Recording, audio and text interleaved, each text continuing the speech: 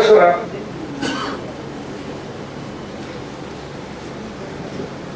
దానిని అనేక ప్రత్యేక విభాగాలుగా సంస్కృతి, సాహిత్యం, నాటకం, సంగీతం వీటిలన్నిటికీ కూడా ఒక 2-3 దశాబ్దాల క్రితం కొన్ని అకాడమీలు ఉంటాయి.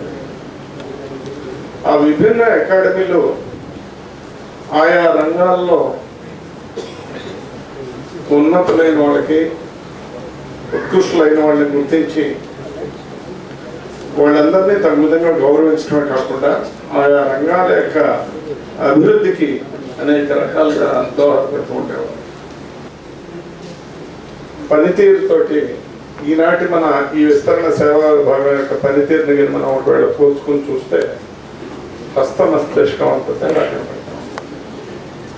దీనికి నేను విశ్వవిద్యాలయ వైస్ ఛాన్సలర్ని కానీ గవర్నింగ్ కౌన్సిల్ కానీ నేను బ్లేమ్ చేయను. కారణం ఏంటంటే ఆర్థిక పరమైన అడ్డంకులు మీరు గతంలో చాలా పెద్ద ఎత్తున ఎదుర్కొంటూ ఉండేవారు. మీ యూనివర్సిటీ బహుశా ఈ కల్చరల్ డిపార్ట్మెంట్కి బదలాయింపు జరిగిన తర్వాత కొంతవరకు కొంత వెసులుబాటు కలిగిందని చెప్పేసి చెప్తూ ఉన్నారు. అయినా కూడా